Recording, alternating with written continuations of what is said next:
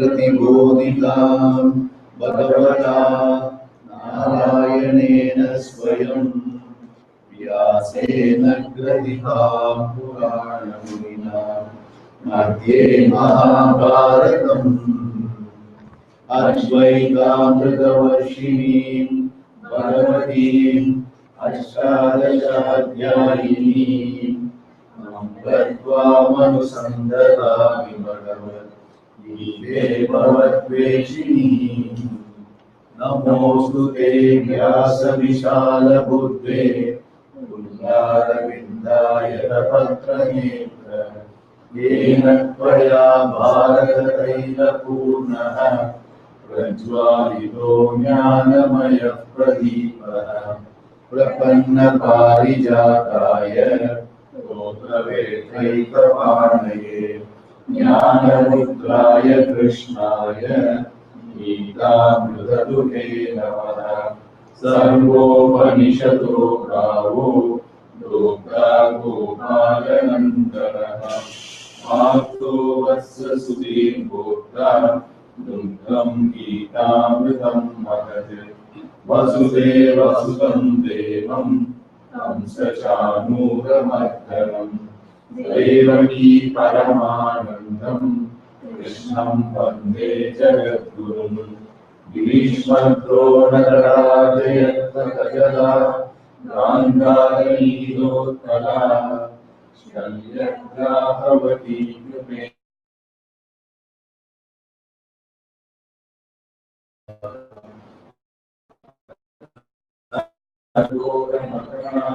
दुर्योधनावर्तिनी सोतीर्णा खलु पाण्डवैरणनली कैवर्तनकेशवः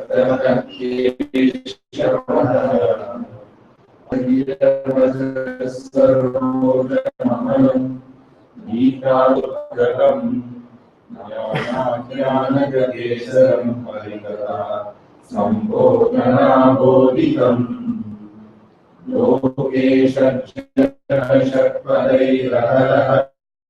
कीयमानं मुदा भूयात् भारतपङ्कजं परिमलम् श्रीमुखं करोति वाचालं लङ्घयते गिरिं यत्कृपाते परमानन्दमाधवम् यं ब्रह्मा वरुणेन्द्ररुद्रमरुतः स्तुन्वन्ति दिव्यैस्तवैः वेदैः साङ्गपदक्रमोपनिषदैः गायन्ति यं सामगाः ध्यानावस्थिततद्गतेन मनसा पश्यन्ति यं योगिनो यस्यान्तं न विदुषुरासुरगणाः देवाय तस्मै नमः।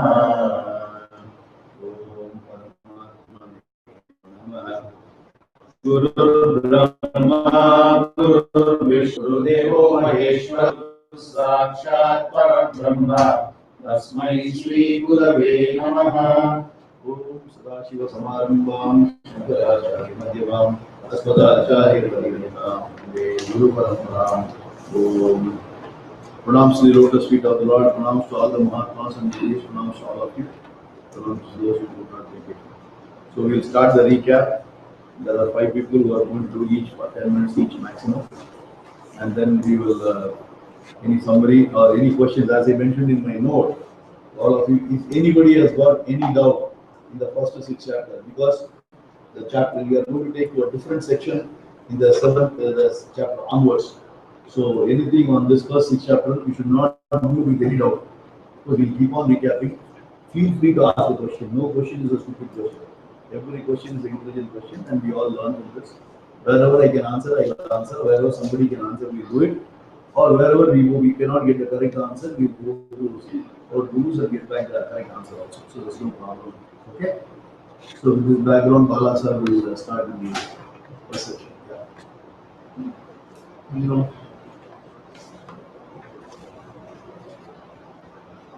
Pranams to Lord Krishna, to Guruji, to all of you.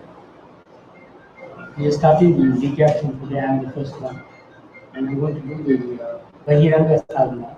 It consists of verses 1 to 9 and 16 and 17.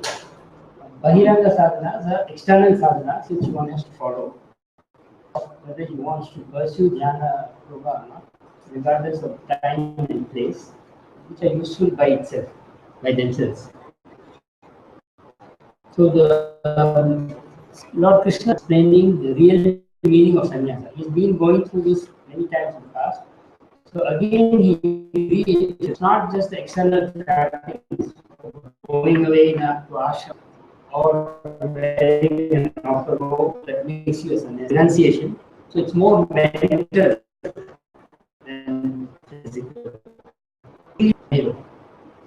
So he says that it's mental renunciation, which he defines as dependence on seeing exactly the way you want to materialize, and also absence of sankalpa, which has been defined as unbridled fancies, fanciful thinking towards what you want to desired outcomes.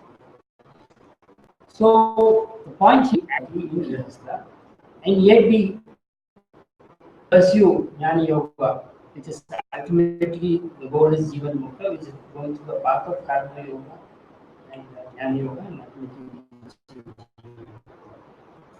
Then he talks about the different sadhanas. So first thing he says that this is the path I define.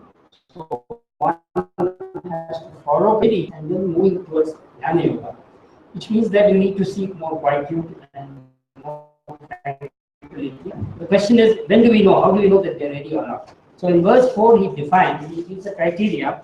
He says that as long as you're ready, you do not have any attachment to sense objects, which could be people, could be situations, or you don't take any action, specific actions to pursue those objects,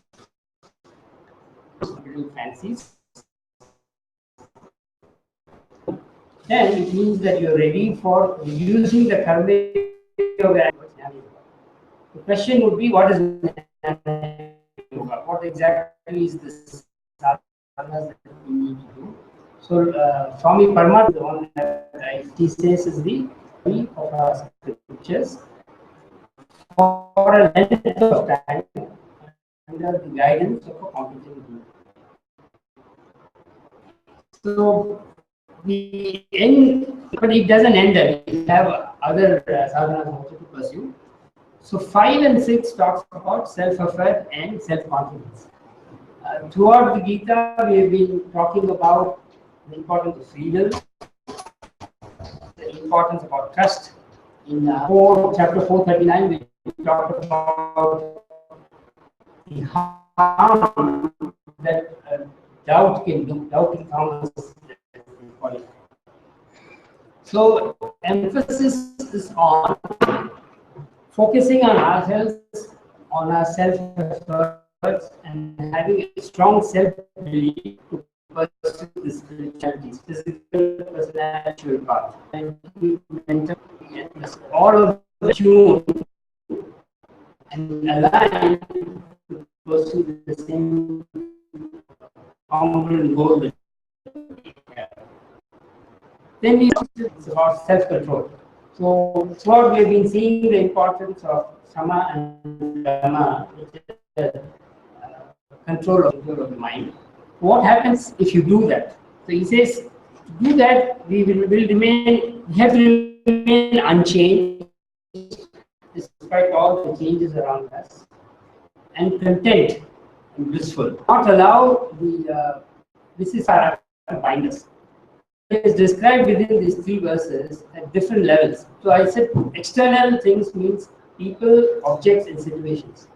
So he says take situations. So verse 7 talks about situations at different levels. The body level talks about discomfort from heat or cold. So how do you remain indifferent towards both? At the mental level, it's an indifference towards pleasure or pain. And at the intellectual level, it's indifference towards honor or dishonor. Then he moves on to the next part, which is objects. So how do you make sure that you have the same spiritual perspective towards different objects? Just as illustration, he said objects could be as varied as a clod of earth, it could be a stone, or it could be gold. So how do you ensure that you have the same outlook towards all? Then we move on to the third part, which is about people.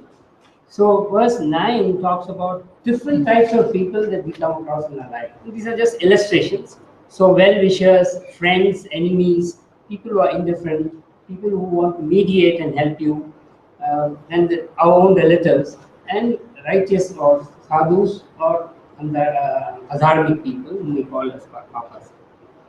So the point here is 7, that we can have the same perspective towards all if you're moving towards the path of self-control.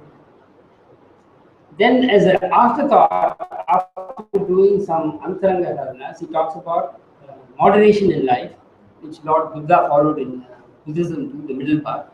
16 and 17 speaks about moderation. And again, as illustrations, he has talked about our food habits or eating, recreation or relaxation, different activities that we do, or sleeping.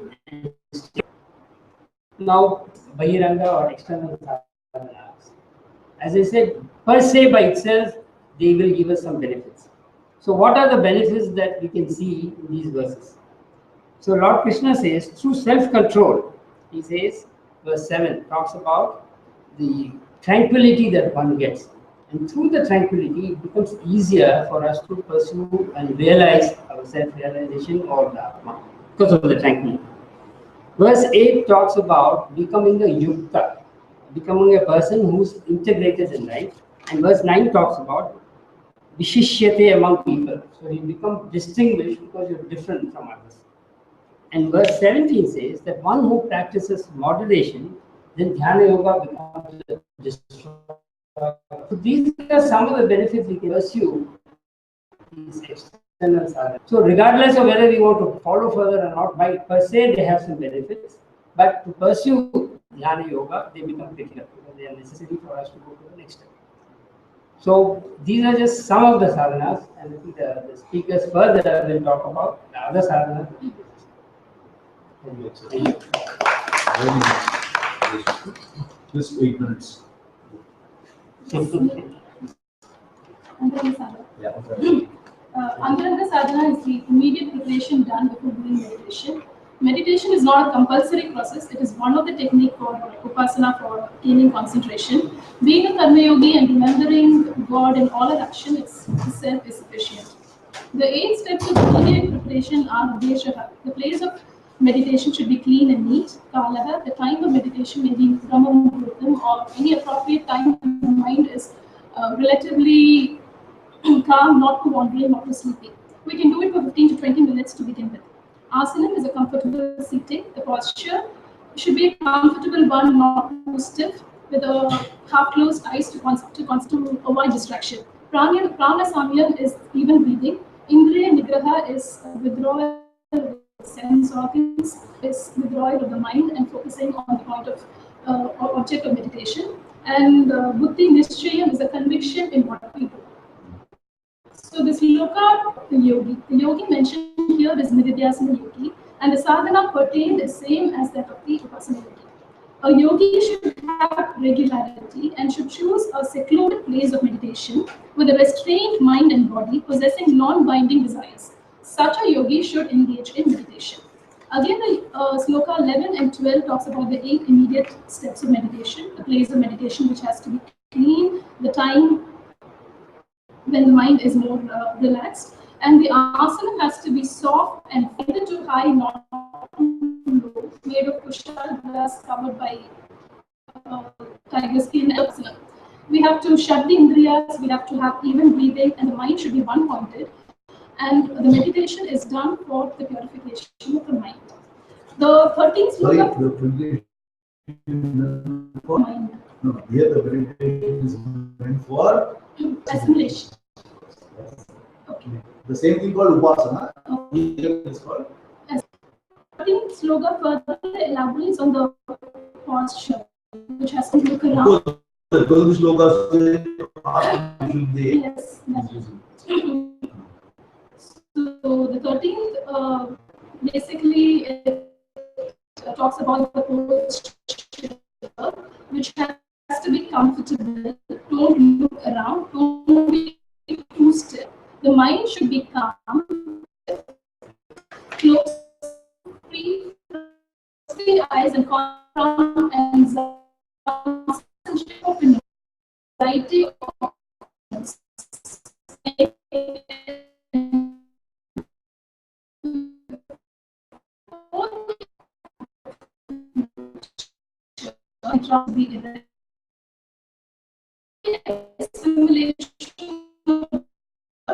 and the knowledge is the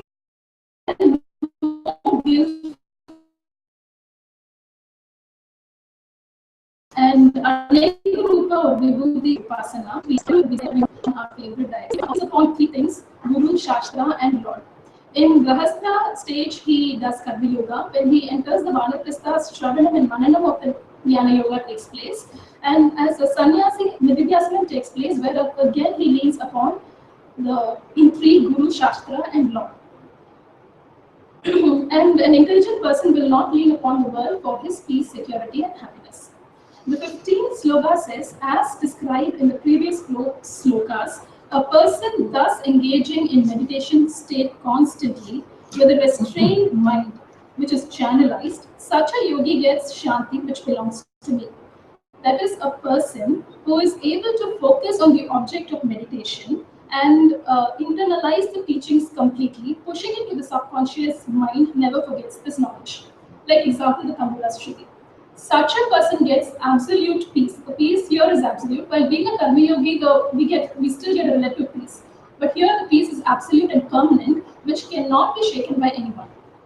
He understands that he and God is the same, like how the ocean and the waves is made of water, the consciousness principle. He gets PSS, Purnatvam, Samatvam, and Shanti, and he gets Sudandra. Make it. Purnatvam, Sudandram, and Samatvam. And he gets Jivan Mukti here itself. When he drops the body, everything merges with the totality. Sanjita is burnt. Aham is not accumulated as he negated the doership and enjoyership. And there is no Pava Punya carried over. And he gets complete liberation. He breaks the samsara cycle and he gets Viveka Mukti. And he is not born again. Piravi Peringadan Neenduvar Neendar Irai Nadi Sivar.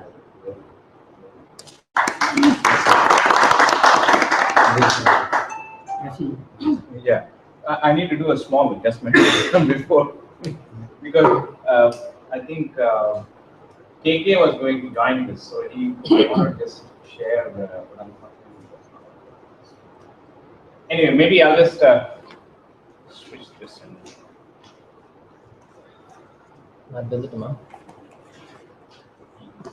Sorry, I am very visual guy. If I don't have a structure, I can't speak. So okay. So this is basically chapter 6, Dhyana Yoga or Atma Samyama Yoga, and my focus is going to be on Dhyana Svarupam and Dhyana Phalam. Yeah. But before getting into Dhyana Svarupam and Phalam, we need to kind of get to some kind of a framework of meditation. Yeah. So that's what I try to build over here. I'll go through this very quickly. So there are two things. One is what meditation is for and what meditation is not for. So that is something that should be clear. Okay, so let's start with what it is not for, and then do the process of elimination basically. So what is it not for? It is not a means for moksha or liberation, because liberation is not a means to be accomplished. It's intrinsic. Yeah, and the knowledge is alone a means for liberation, but knowledge does not accomplish liberation for us. It simply reveals that liberation is intrinsic. So the example is that of a light which reveals objects, which dispels darkness. Yeah? The second thing is that meditation is not prescribed for knowledge. It is not a means of knowledge. Because as per Shastras, knowledge is gained by 6 means, or it's called a Shat Pramana, which is Pratyaksha, Anumana, Upamana, Arthapati, Anupavati, and ultimately Shastram, which is actually indirect, one-step inference, similarity, multi-step inference. Indirect knowledge is number 10. Anyway. Okay. And then knowledge of non-existence and the Vedas themselves. So these are like the 6 means which the Shastras say, yeah, of gaining knowledge. So that's why meditation is not prescribed for knowledge. Yeah. So then it is also not prescribed for extraordinary or mystical experiences, because all experiences are temporal. Whether it's extraordinary or mystical, it's the universe. Yeah, the experiencer can never be an object of experience. So it's a very logical thing if you think about it. It's like I can't see the pupil of my own eye with my own eye. Yeah, so that is the example that is given. So experiences cannot come under spiritual knowledge; they can only be material knowledge. So that's a key point, and therefore they cannot give liberation. So that's another point. And even if such experiences come, they should be rejected as anatma. That is where the intelligence comes of us. The next, so then what is meditation for? So we get on to the next thing. So there are two aspects of meditation. One is the upasanam and the atma dhyana. Yeah. So upasanam is basically getting all these things together, and atma dhyana is internalization. So meditation, the first portion is the meditation prepares the mind for spiritual knowledge. This is called as Jnana Yoga Prapti. Okay. So this actually, what does preparation mean? It's or it can also be refinement. And by the way, meditation is not a technique for preparation. Now, after the meditation, we have to go for the means to gain spiritual knowledge, which is called Ramanathan. See the people of my eye. So that's the Shastra by twofold exercise. So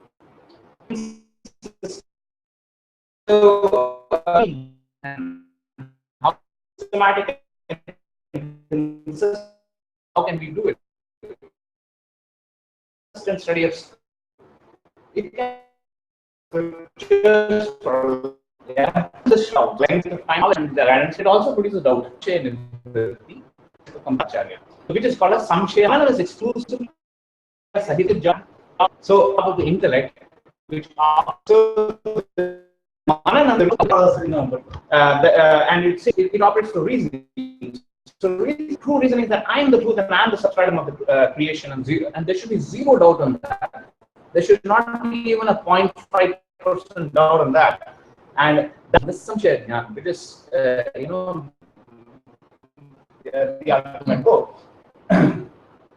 So this twofold process of Shravanam and Mananam is also called as Jnana Yoga or Vedanta Vichara, or the outcome of this process is clear and established knowledge. That is liberation, and this is this transformation process is called as Jivan Mukti. Okay. Now, yeah. So, and being allows this freedom from raga, problems, and that's because you all these impressions which are there in the mind, subconscious mind, which we will never know. So these obstacles can be removed with a second type of meditation. So this is where the second type comes, that is the Nididhyasana. So Nididhyasana consists of two exercises. So the first exercise is being alert and having a Vedantic friendly living, which means that when a situation comes, you should never give up your peace of mind. So that's the fundamental. And the second is self meditation. That is the Atma Dhyana, the second portion of second type of meditation, a high level of meditation. So with this in mind, let us go to the Dhyana, Svarupam, and Dhyana Phalam, because we need to have some framework, right? So Dhyanam and Dhyana Svarupam is the process of meditation. Dhyana Phalam is the culmination of meditation, the output, the process. So the process closely follows Patanjali's Yoga Shastra. Yoga, that is Yoga Darshan, though the last portion, that is Yoga Darshanam, is rejected by, yeah. So Yoga Shastra has 8 steps. That is why it's called, right? So these steps take care of the 4 koshas, which is Annamaya Kosha, Pranamaya Kosha, Manomaya Kosha, and Vijnanamaya Kosha. That is physical, energy, mind, and knowledge. The 8 steps are Yama, which is what to avoid. That is ahimsa, satya, asatya, brahmacharya, and aprigraha, which is hoarding. Then second is niyama, which is what to follow, what to do and not to do. A very simple step. And then there is asana, how to sit. Then there is pranayama. Yeah, so avoiding violence. Yeah, don't think is what is called as jala pakshitva roda sadhana. This is when mind first is to get that thing in, changeless first, right? Or in constant constraint. Withdrawal, and then there is dhyana, which is meditation. That is returning the mind to focus on it with meditation without ultimately effort. Samadhi. Samadhi is Sorry. So the first two is yama and niyama are the Bahiranga sadhana, I think covered. Tapas, swadhyaya and ishvara pranidhana are the karma yogas and the kriya yogas. Okay. The pranayama breathing deals with the annamaya kosha. The pratyahara basically deals with the sensory withdrawal, which is action Vedanta. Yeah. And these three, the 3, 4, and 5, which is basically the asana, pranayama, and pratyahara, are called as the Antaranga Sadhana, and the Antaranga Sadhana, which is the internal stuff.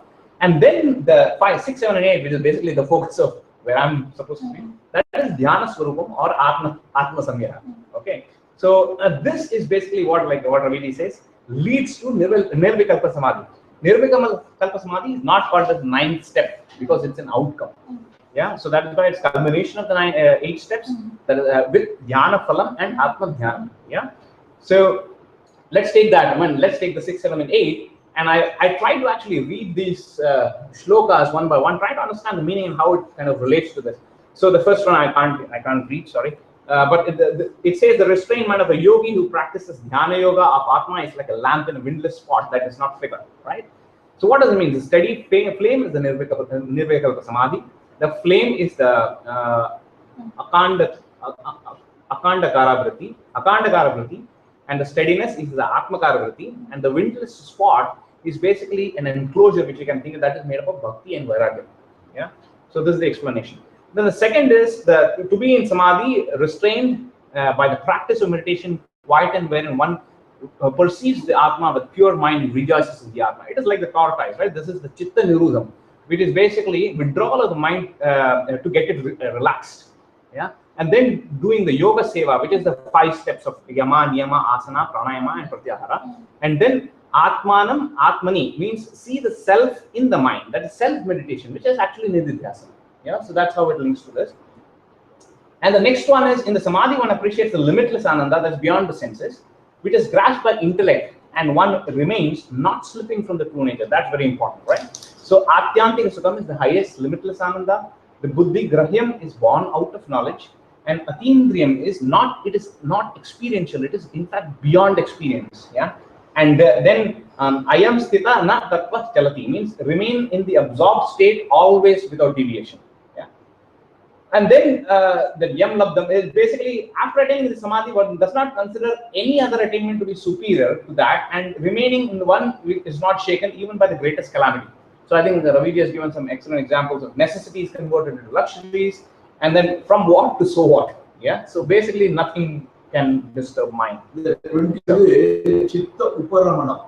Chitta viruddham is the restraint. The result is chitta uparamana.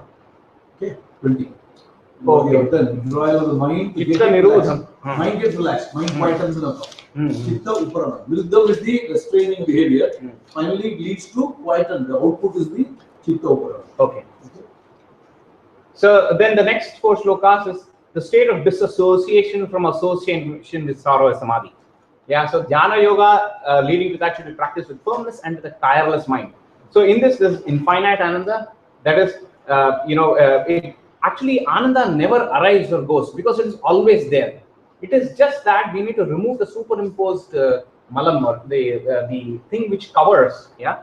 And then there is dukkha samyoga viyogam, is basically always remaining in the natural state of purnatvam, is what that is required.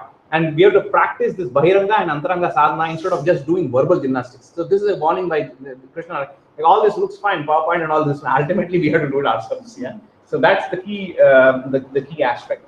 Then having. Otherwise, you put it as a 23 as a dissociation for any imaginary sorrow. Imagine. That's a beautiful word. It's a sorrow itself is imaginary. Yeah. As for a jnani, for ajnani, every sorrow is a real. Yeah. For a jnani, he looks at everything as a mithya. It's a concept which is the highest concept, which is given there. Because of dissociation from the imaginary sorrow. There's no more sorrow at all. So, and then having completely given up all these desires born out of fancies, one should restrain the group of sense organs from all directions of the mind. So, in this, Krishna actually goes back to Dhyana Svarupam, if you see carefully, right? Because this is what is called a Sankala Prabhavan, right? Sankalpa Prabhavan, sorry. So actually the concept is like what Ramanathan always says, the first thought is the most feeble thought. It has got nothing, it always will, it is natural to come. It is the second and the third and the fourth which feeds on that, and that makes it reinforcement. So that could become an overpowering force, and that's what we need to always be alert. Yeah, and that is through this Indriya Nigraham and Vinima, which is basically the sense withdrawal. So one should withdraw the mind gradually by the intellect with free will, and having made mind abide in the Atma, one should not think of anything else. So that's what he says. So withdrawal must be done gradually. That's Shanai. And then make the mind gradually subtler and subtler. Yeah, and then the world to Annamaya, to Pranamaya, to Manonmaya, to Vijnanamaya, to Anandamaya. So that's, it can be it's a step process.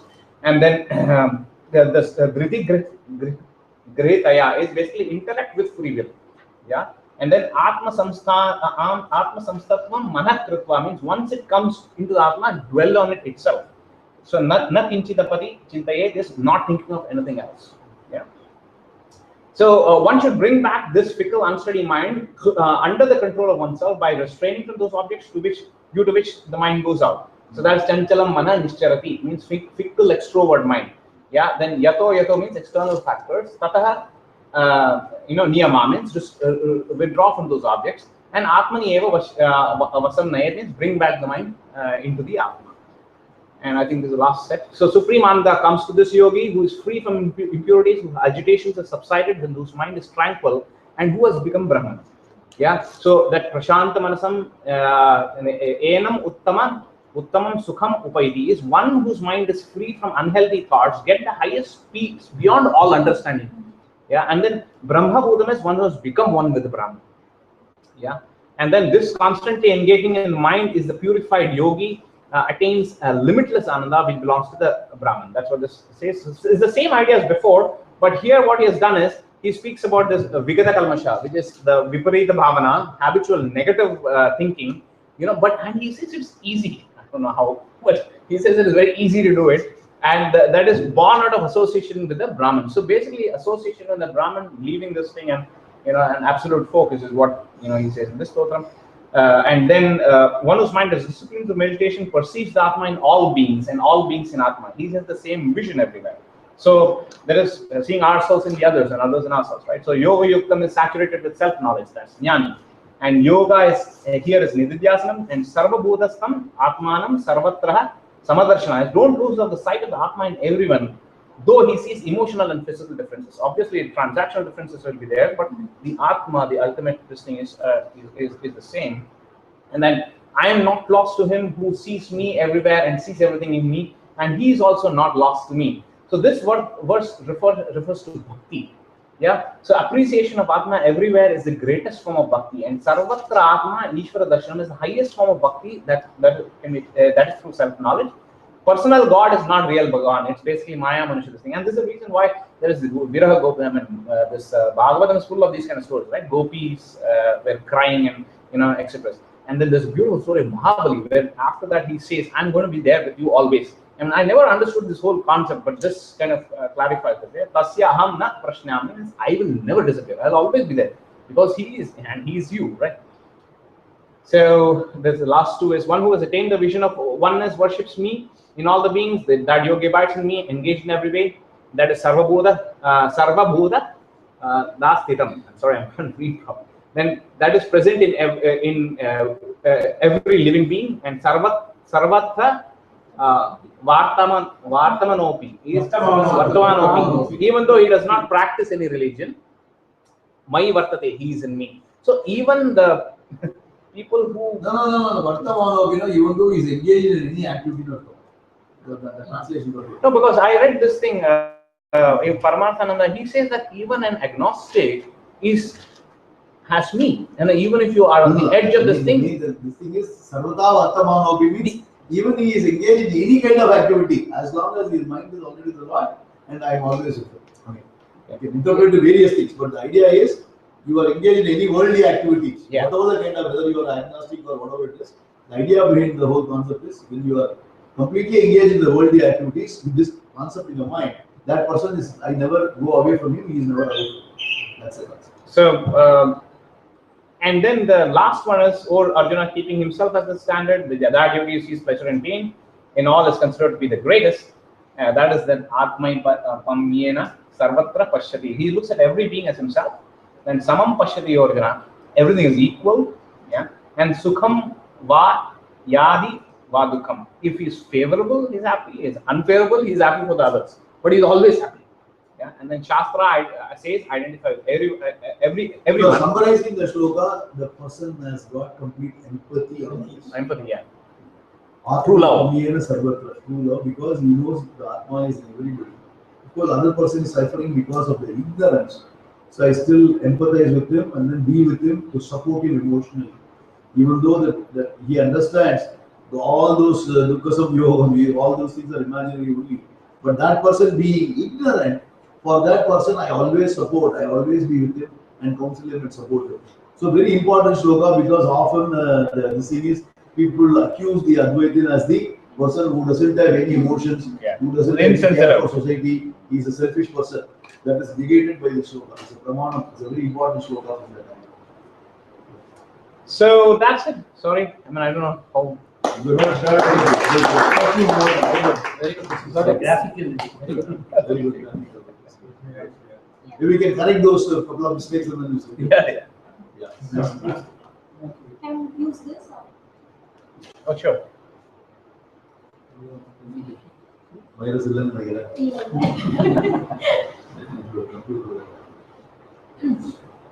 Vital information resource of message. That's fine. Yeah, please. No problem. And my technical skill.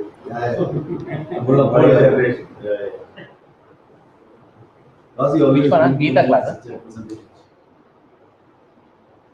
That is because I'm not as intelligent as you people are. I mean, I need reference.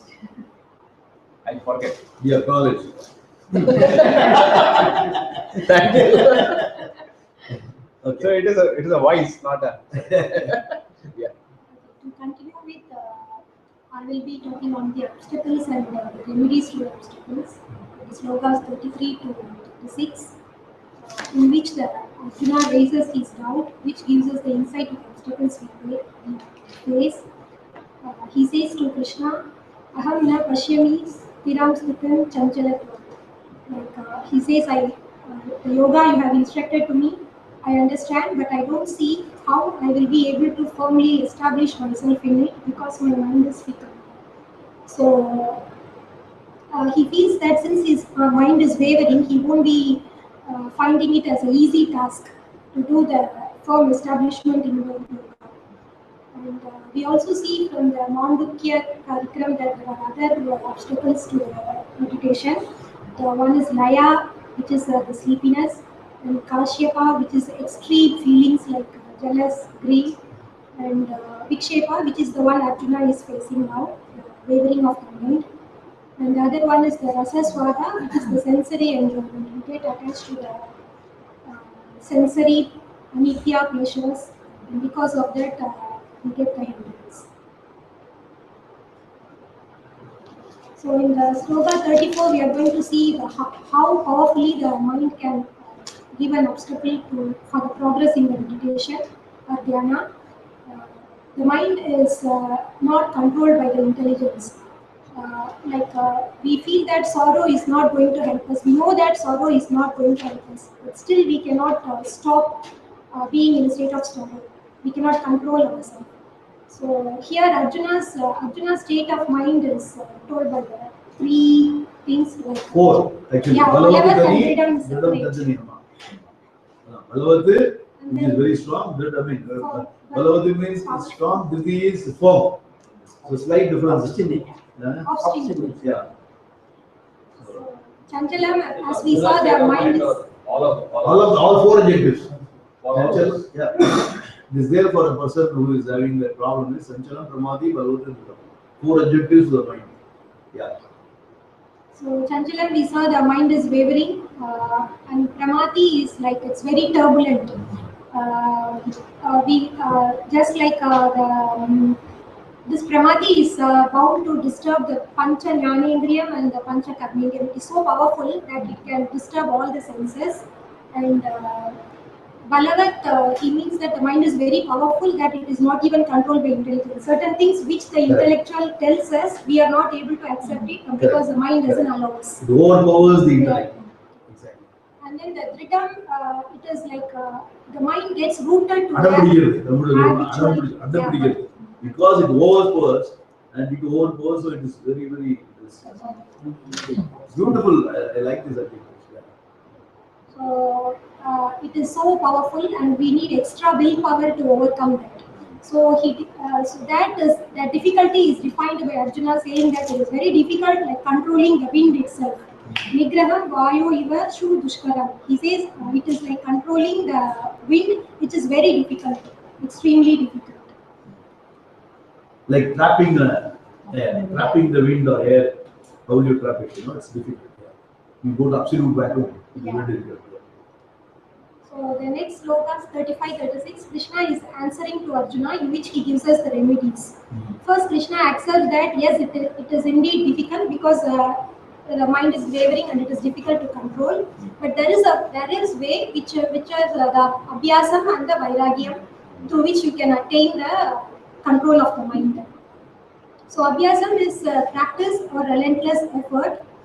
Here it basically refers to the upasana yoga, for which we have seen four techniques or four steps to reach that, to achieve that. The expansion meditation, focus meditation, value meditation, and Vishwarupa meditation. All these things we will see in the second section.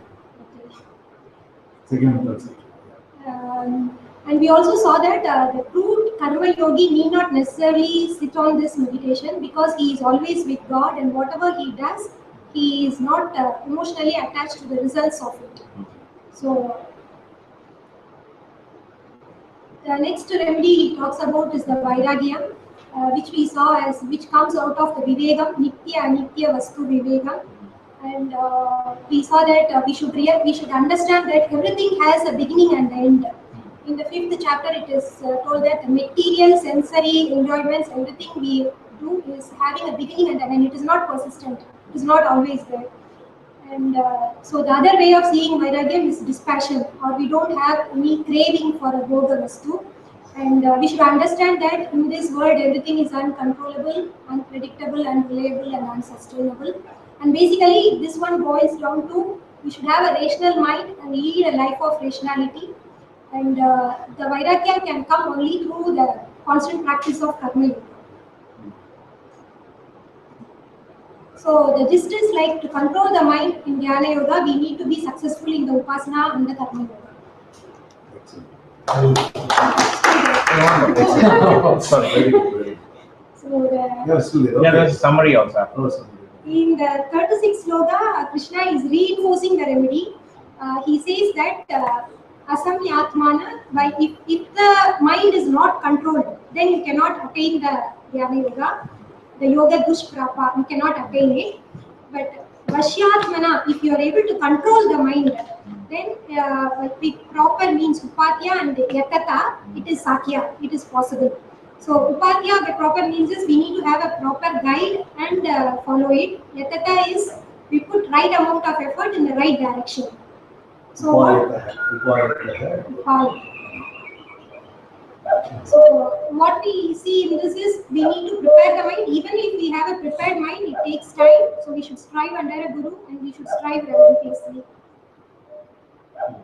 So the summary is due to the wavering of the mind, though it is difficult to establish oneself firmly in Dhyana Yoga and obtain a state of equanimity, it is not completely impossible. We should prepare ourselves through practice of Karma Yoga and hence development of a sense of dispassion. With appropriate relentless effort in the right direction, under the guidance of a guru, we should strive to attain it and we can attain it. Fantastic. Great summary. Can I make a copy of this? Next. Yeah. Good morning. Namaste. So far we have seen very nicely summarized by Yogi. It is a following of that what previous Meenakshi has applied. So where Krishna has very clearly said the abhyasam and the relentless efforts, as she has finally concluded to get into the proper Jnana Yoga. So naturally, arising out of it, Arjuna again gets into the confused state. What he says is that he rises, three slokas are there. First, he rises, okay, somebody is trying to do it, but halfway through, he is not able to achieve it. He is not, what he says, Charitamansa, he is frustrated.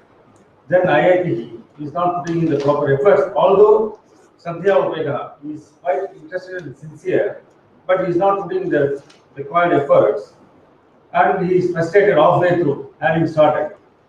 So then he falls away. So he is not able to go beyond that. So what's happened to him? The next point,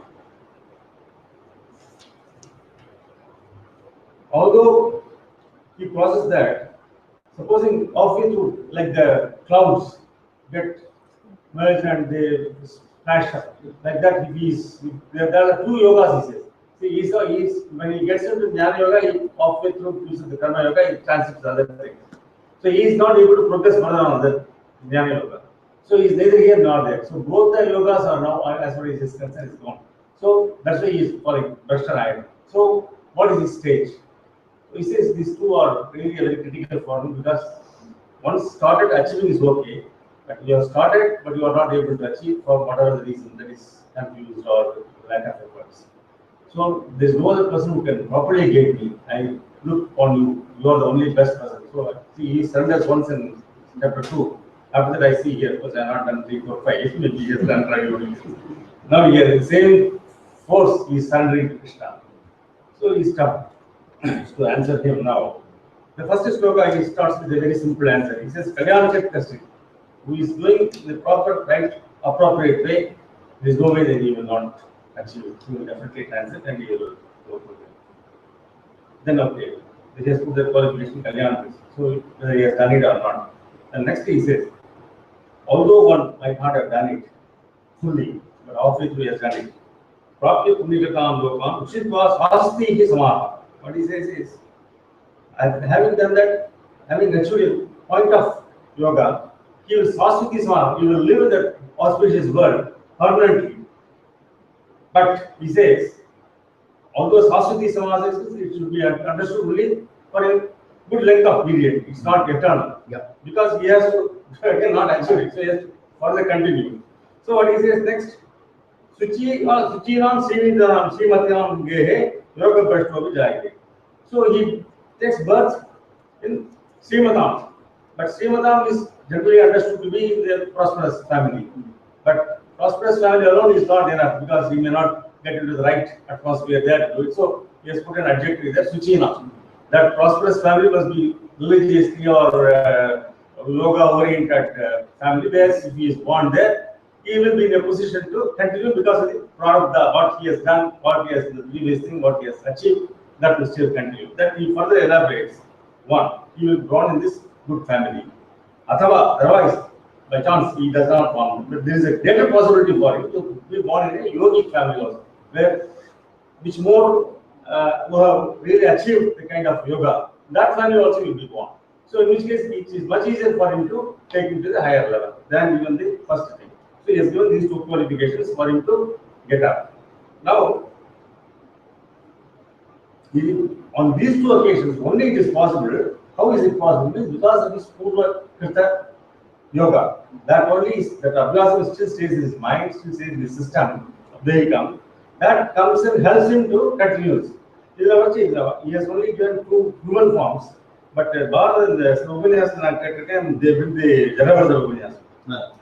See, Bhagavad is Jadavardha, who is a yogi. Or man without attachment to Kashi, last minute when he dies, he thinks of the man in the next birth, he is born as a man. But even though he is a man, the Margam, but the Abhyasam of the Dhyanam yoga is so strong in him, even that as a man he practices so strongly that so next birth he becomes a Rani. So that is what in Bhagavad. So although in Gita I have not so far I have not seen of this, but this is an exception which I have heard in some lectures in Raji. Right? No. Even the 8th chapter is going to come. That's right. Okay. See, because here he is focusing on the birth for on the yoga Brashta who is coming again. It is applicable equally to other things also. If you are going with the evil thoughts, you will again go become an evil person, or if you go down further in your thing. So it is there in the 8th chapter, 6th sloka. It is Yajna Gamis Param Bhavam, Yajatante Karevam, Tamtamani Vedic, Sadhana, Bhava Pavita. It comes 8th chapter, it is coming. So that is why you see the prodigies like a musician, like who is born at 4 years, for the 4 years he gives everything. Somebody is a mathematical genius. All those things they are all yoga brashtas of the past. In that way. So your spirituality also, you will be a yoga brashta. That's what it is. The next slow what is again what he says. Suppose you get to the next birth. Even in that birth, if you are avasarostu, even if you are not attracted by the jnana, because you are done in the Purvadhyasaya, the previous janmas, Abhyasam is so strong, even without you wanting it in the current, it will drag you to that and you eventually get into the yoga. That's what in the next one says. It will transcend all your Veda, Karmas and all, you will straightly approach the Jnana Marga. That's what. Then, this next one again an elaboration. This may take a few janmas also. See, it is not just you will get into the next. It will be a matter of few janmas of these kind of abhyasam, one by one you will improve yourself and ultimately you will get. With that, he says the elevation of the post born Brashta, who is going to again climb up the efforts. That's what he has covered. Then, he has generally last two sentences or slokas are the qualifications and the generally what is a yogi, what is the superior, why you should what is the yogi, he says. See, he is superior than a tapasvi. The tapasvi is a person who is into austerity and sort of balance and things like that. And jnani, who is a well-educated person. And karma, who is into detailed karma yoga.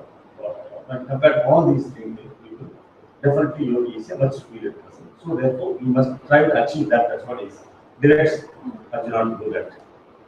So tapasvi is upasana yogi, and jnana yogis is the Shravana Manana yogis, and karma yogi is the karma yogis. So he is superior to karma yogi, upasana yogi, and Shravana Manana yogi because he is closer to the destiny. Yeah. That's right. Yeah. The pinnacle of these things is one may be anything you might have your own effort and you might achieve. But all these things is everything has to be close thought of you. Only then you can. So that's why even when we read all these Bhagavad, especially if we read all the Atma Ramas will ultimately be a Bhagavad. Although they are not God also at point of time because the women realization is so strong for them. But whatever the efforts you do, whatever you will achieve, Bhagavan says it has to be the slogan leader. Yoginamapi sarvesham adgate antaratma shraddhavan bhajate yoma same yukta. They have to do only for me and in contemplation. Generally.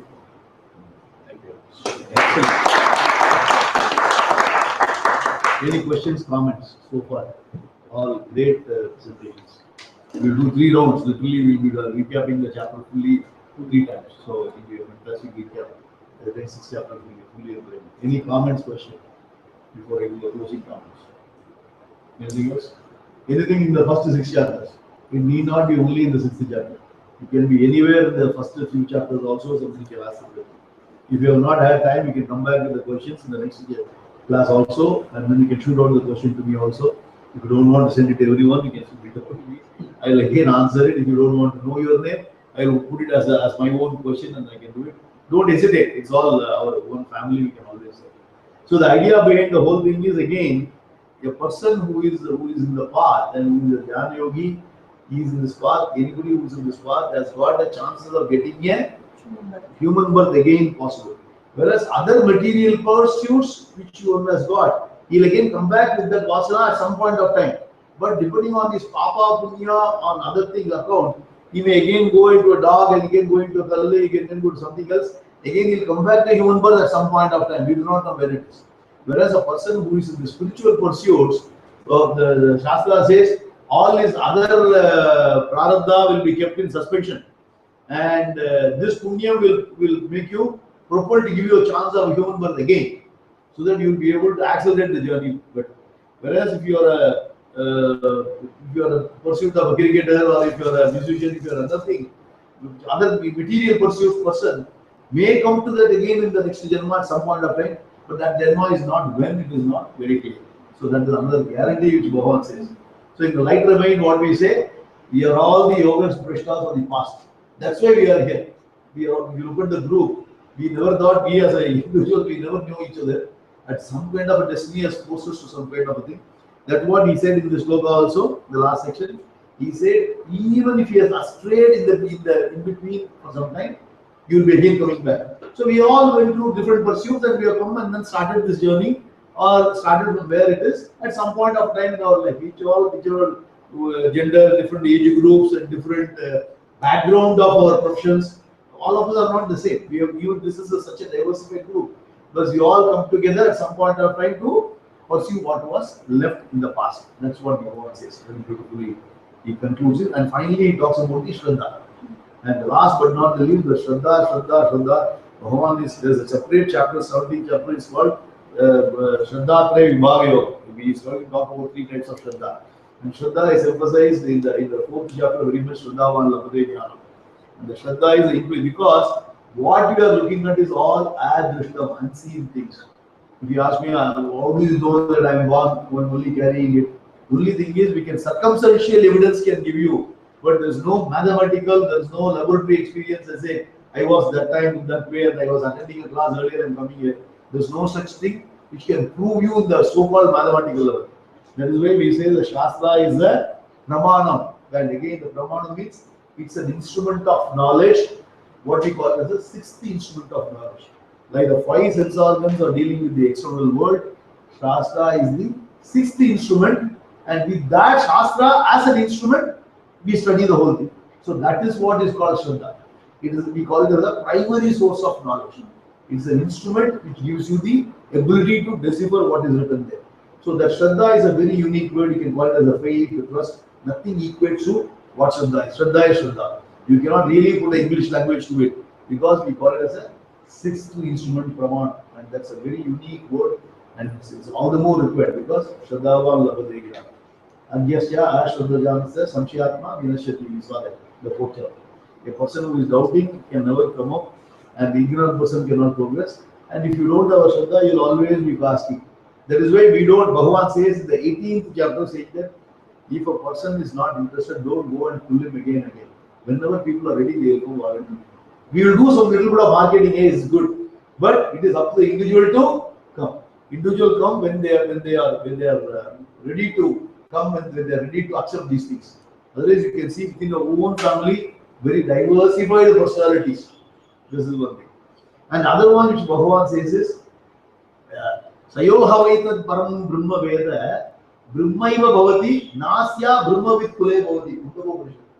Sayo Havai Paramam Brahma Veda and Sayo Havaitat Paramam Brahma Veda Brahmaiva Bhavati. A person who has gone through this knowledge of Brahman, has understood Brahman, and he will Brahmaiva Bhavati, he will become Brahman. That means Brahmaiva Bhavati, he becomes Brahman at the top. You are only removing the doing the mental understanding that I am different. You are not traveling, you are not becoming, you are not transforming, you are not changing, you are not reaching somewhere. All these words which is used in our speaking is, it is only the material, dropping the notion I am not Brahman, and you become Brahman. Brahmaiva Bhavati. Nasya Brahmavit Kule Bhavati. Mundaka talks about it. The concept of the Nasya Brahmavit Kule Bhavati means in the entire family, everybody will be knowing about Brahman. This is what he says. In a very cultured family, born in a family. In that family, everybody will be talking about it. Everybody will be a jnani. Okay. So Tarati Shokam, Tarati Papamanam. He will overcome all the imaginary shoka and all the papas. Particularly the Buddha Gopishad beautifully talks about it, which can be connected to this particular section where it is. So Bhagavan guarantees that this is what it is. So with this, any other comments, questions? Yeah. Jnana Yogyata means you are a qualified person to receive the knowledge. Is Jnana Yogyata. Prapti means you are received the knowledge. Obtained. Yeah. Achieved. Yeah. Yogyata means prepared. You are ready to receive, and you have got it. Yeah. Jnana Yogyata. Jnana Yogyata. When Yogyata in Tamil we use the term. Yogyata is a Sanskrit word. Yogyata means the qualification. You are not qualified, or you are qualified. Yeah. Any other comments, questions? Before we close next week, just want to your number 1, topic 1, Ramanathan topic 2, and Brashta will be back. He is topic 4, and Shivaji is topic 5. So next year, next week. Week after that, we have Ramkiji topic 1, Infinity topic 2, then KTH Matters topic 2. 4 and 5 are Jayati is there. Jayati and Kavita, finished. No, Radhika and Vishwanath, they wanted to do a joint one. Please. Okay. So the Jayati, so I'll prepare it, but you can manage it. We have asked for who wants, there are only 4 and 5 left. Yeah, that's fine. So we should decide. And one more can take whichever they want.